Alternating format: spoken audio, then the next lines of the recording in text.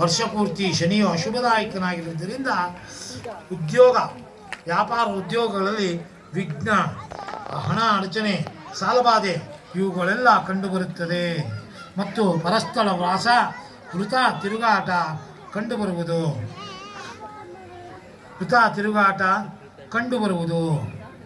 ಓಂ.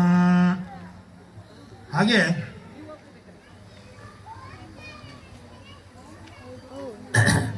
9/4/2024 ಮಂಗಳವಾರ ಈ ಚೈತ್ರ ಶುಕ್ಲಪಕ್ಷ ಪ್ರತಿಪತ್ತಿ ದಿನ ನಮ್ಮ ಹಿಂದೂ ಧರ್ಮದ ಪ್ರಕಾರ ಯುಗಾದಿ ಹಬ್ಬ ಆಚರಿಸ್ತೇವೆ. ಈ ದಿನದಿಂದಲೇ ಬ್ರಹ್ಮದೇವರು ಸೃಷ್ಟಿಯನ್ನು ನಿರ್ಮಿಸಿದನು ಅಂತ ಒಂದು ಪ್ರತೀತಿ ಇದೆ. ಹಾಗೇನೆ ಈ ದಿನ ಸತ್ಯಯುಗ ಆರಂಭವಾಯಿತು. ಮತ್ತು ಆದ್ದರಿಂದ ಈ ದಿನ ಯುಗಾದಿಯ ಪಾಡ್ಯ ದಿನದಂದು ನಾವೆಲ್ಲ ಬೆಳಗ್ಗೆ ಬೇಗೆದ್ದು ಮಂಗಳ ಸ್ನಾನವನ್ನು ಮುಗಿಸಿಕೊಂಡು ಮನೆಗಳಿಗೆ ತೋರಣ, ಮಾವಿನ ತಳಿರು ತೋರಣವನ್ನು ಕಟ್ಟಿ ನಮ್ಮ ಇಷ್ಟದೇವರ, ಕುಲದೇವರ, ಮನೆ ದೇವರ ಪೂಜೆಯನ್ನು ಮಾಡಿ ನೈವೇದ್ಯಕ್ಕೆ ಬೇವು ಬೆಲ್ಲವನ್ನು ಇಡುತ್ತೇವೆ. ಅದಕ್ಕೆ ನಿಂಬಕದಳ ಅಂತ ಹೇಳ್ತಾರೆ. ಆ ನಿಂಬಕದಳವನ್ನು ನೈವೇದ್ಯ ಮಾಡಿ ಅದನ್ನು ಸ್ವೀಕರಣೆ ಮಾಡುವಾಗ ಶತಾಯುರ್ವಜ್ರದೇಹಾಯ ಸರ್ವ ಸಂಪತ್ಕರಾಯ ಚ ಸರ್ವಾರಿಷ್ಟ ವಿನಾಶಾಯ ನಿಂಬಕದಳಭಕ್ಷಣಂ ಅಂತ ಸ್ವೀಕರಿಸ್ತೀವಿ.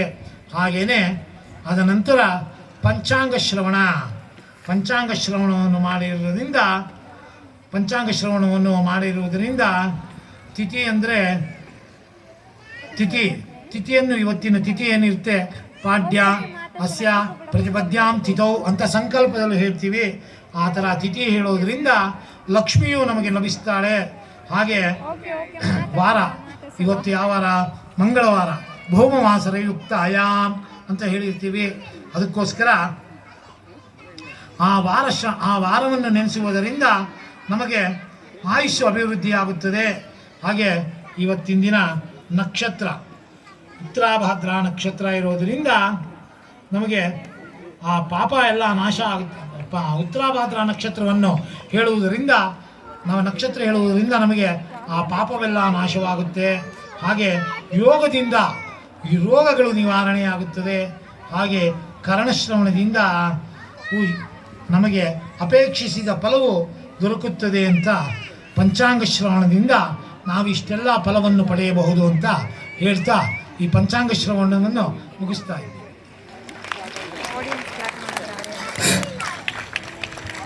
ಹಾಗೆ ಸಮಸ್ತರಿಗೂ ಯುಗಾದಿ ಹಬ್ಬದ ಶುಭಾಶಯಗಳು.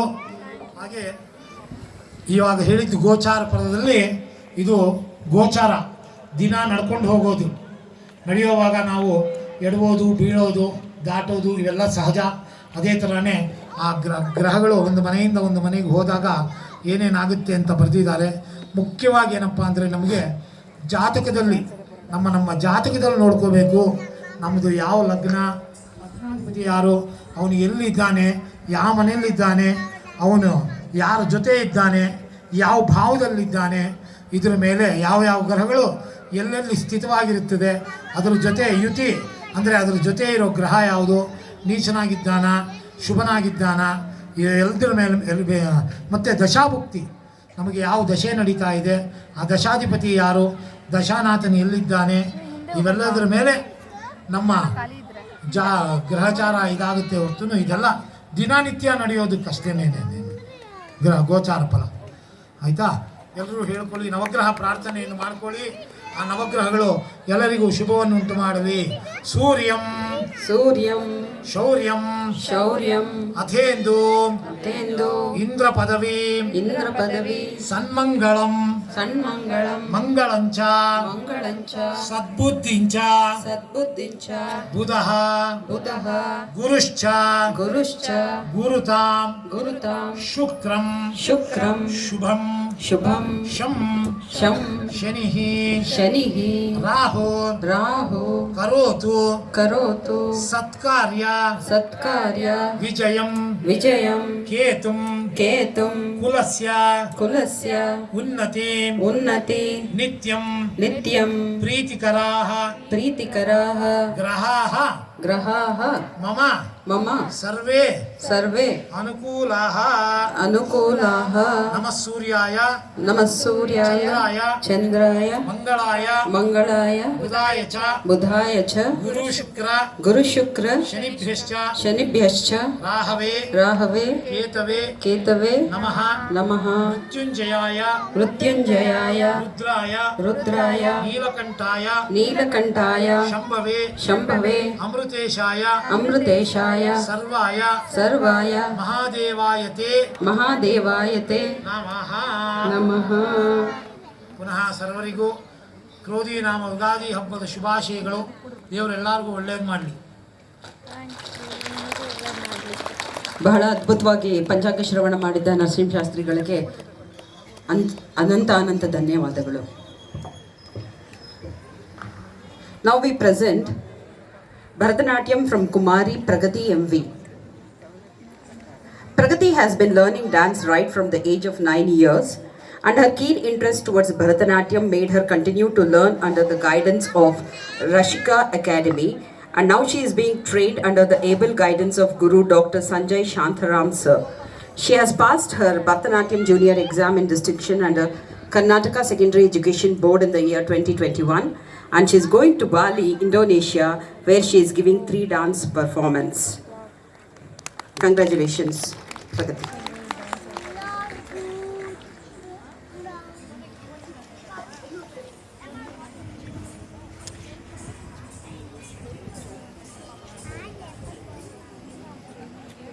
ಐ ಥಿಂಕ್ ಅವತ್ತು ಶಿವರಾತ್ರಿ ಹಬ್ಬದ ದಿನ ಅವರೇನಾ?